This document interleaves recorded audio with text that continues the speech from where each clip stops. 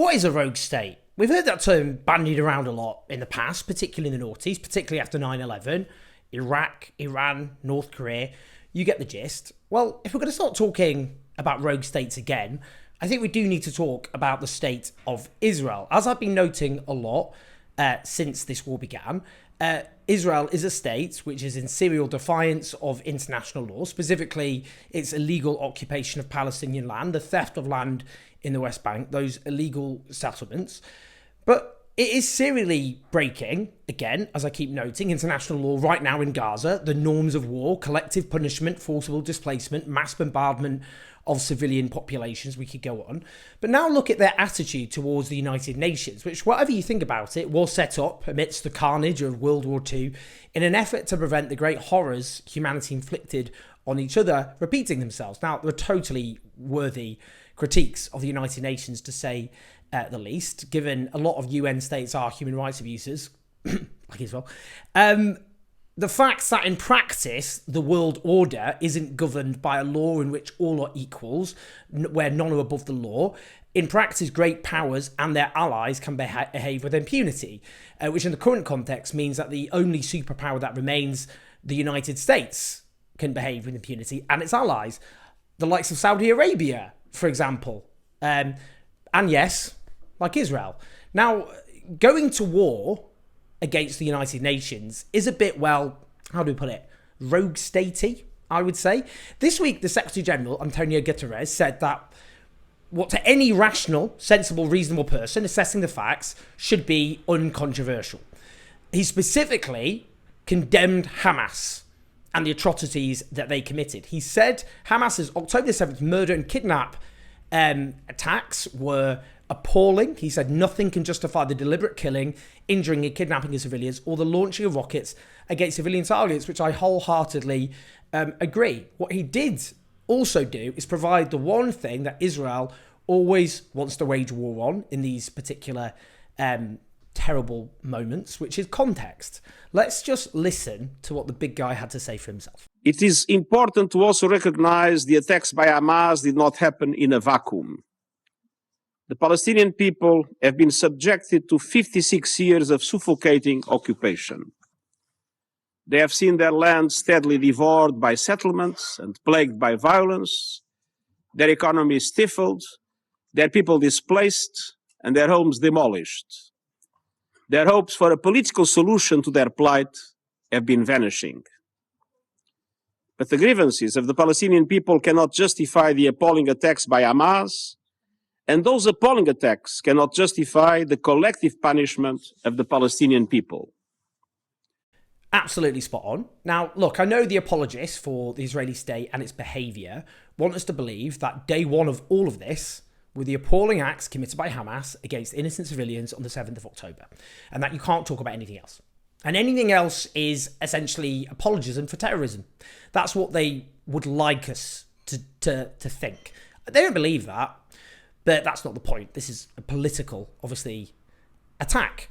They think we can't talk about anything. They think that we can't talk about the context of what the Palestinians have gone through, the ethnic cleansing of 700,000 Palestinians from their homes in 1948, and the massacres, the killings that accompanied that, and the Nakba, as it was called, the illegal occupation of Palestinian land after 1967, the illegal settlements, the theft of land, the repeated ethnic cleansing of Palestinian people, the mass incarceration, including without charge, including of children, including documented torture, the siege of Gaza, what has been described by human rights organisations in Israel and across the West as apartheid, the killings, always far more Palestinians killed than Israelis.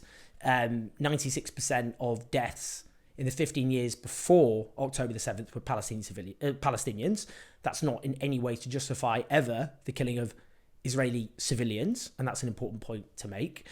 Now, they just want us to believe that basically the extremism of Hamas came from nowhere, that the support that they got can be explained by presumably Palestinians going a bit wacky one day, going, what we like. Nothing to do with, say, how the secular movement, Fatah, was deliberately undermined by Israel. It had its own problems, corruption, all the rest of it, by the way, which shouldn't be dismissed. But nonetheless, they were undermined by Israel, that its strategy of abandoning armed struggle and seeking peace achieved nothing, and that there is a lot of evidence, which for the likes of the Israeli newspaper Haaretz has been airing, that the likes of Benjamin Netanyahu strove to boost Hamas in order to divide the Palestinian movement and make a two-state solution impossible. Now, they want any context to be seen as dangerous, outrageous, extreme. It basically makes you a Hamas operative. Let's just listen to their foreign secretary. He's supposed to be moderate, this guy, relatively. He recently called Eli Cohen for the annexation of parts of Gaza. So that's what we're talking about there. Anyway, let's just listen. Mr. Secretary General, in what world do you live? Definitely, this is not our world. If all nations do not stand by the basic value of humanity described in the UN Charter, this will be the darkest hour of United Nations under you, Mr. Secretary. At this place, will have no moral justification to exist.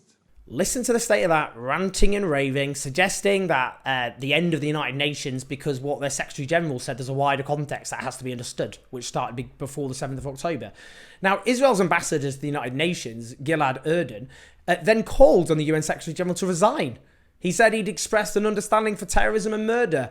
You should sue the guy. I don't know how libel works in these diplomatic contexts, to be honest with you, but he'd in a court which wasn't rigged. You sort of done for libel, that, aren't you? There, bang to rights, I would say. Now, on Wednesday, Erdogan said his country will block visas for UN officials. So they already rejected an application by the UN Under Secretary General for Humanitarian Affairs and Emergency Relief Coordinator Martin Griffiths. He said, it's time we teach them a lesson. Sounds a little bit rogue statey, guys, doesn't it? Anyway, Antonio Guterres responded to him being completely defamed and what he said completely distorted and twisted by objective lies by a state which lies and lies and lies and lies. Here we go. I am shocked by the misrepresentations by some of my statement yesterday in the Security Council, as if I was justifying acts of terror by Hamas. This is false. It was the opposite. In the beginning of my intervention yesterday, I clearly stated, and I quote, I have condemned unequivocally the horrifying and unprecedented 7 October acts of terror by Hamas in Israel. Nothing can justify the deliberate killing, injuring, and kidnapping of civilians or the launching of rockets against civilian targets. Unquote. Indeed, I spoke of the grievances of the Palestinian people. And in doing so, I also clearly stated, and I quote, but the grievances of the Palestinian people cannot justify the appalling attacks by Hamas, unquote. And then I went on with my intervention referring all my positions on all aspects of the Middle East crisis. I believe it was necessary to set the record straight, especially out of respect to the victims and to their families. Now, look, the issue here, Israel thinks it's above the law. It thinks it can behave exactly how it wants, and it's completely right. You know, other countries have broken the law, and if they're not Western client states, that's used as justification for the West to stop bombing them. You know, humanitarian intervention, that's then called. I wouldn't support that in the case of Israel, to be clear. What I do support is boycott, divestment and sanctions, which is the strategy employed against apartheid South Africa. Because the problem we've got is with the support of the world's only remaining superpower, they really do think they can oppress Palestinians for decades, steal their land, destroy any chance of Palestinian statehood and commit terrible war crimes and get away with it, and they can. So what else can we do? You know, it's a peaceful movement which is about building pressure to put on Israel from our governments which support it. We do have to keep fighting for that context. Context is not a justification for atrocities. We have to be clear about that. There's never any justification for killing civilians. Never let the evil of the world rot away your humanity. And, you know, no cause on earth justifies the killing of civilians. And I've made myself watch some of the atrocities committed against Israeli civilians on the 7th of October, and they were absolutely vile and indefensible. Horrible to watch. Horrible to watch. And you know, I'm not going to start recommending everyone goes watching them, but it is important to say that. You know? People like me have been consistent on that matter, which is winds defenders what Israel is doing up even more. The vast majority of civilians killed in this so-called conflict are Palestinians. I say so-called conflict because it's too asymmetrical. Military superpower and refugee camps, essentially. And they are being killed by a state with the active support of our government, who've facilitated the injustices which the UN Secretary General referred to and therefore made this horror possible. And that's why we're complicit. That's why we're talking about this so much, because people go, what about all these other horrors going on? No shortage of horror in this world, but this is a particular crime happening now with the active support of our governments, and it was made possible by the position of our governments over many, many years, allowing the Palestinian people to be abandoned and deprived of their basic rights. And, you know, when people say no justice, no peace, some people say, well, that's a threat. But it isn't, is it? It's an observation of reality. That you can't get a lasting peace without justice. And so it is the case here. And it doesn't matter how much Israeli leading officials squeal about it and rant and rave about the United Nations behaving, as I've said, like a rogue state, a thug which knows it can get away with anything. That is the truth. That is the reality. And however much truth angers those committing terrible crimes, it needs to be stated even louder, doesn't it? Anyway, please like and subscribe. Please support us on patreon.com/7Joes84. We've got loads of interviews and content to come about this horror, because we need to keep talking about this as loud as we can.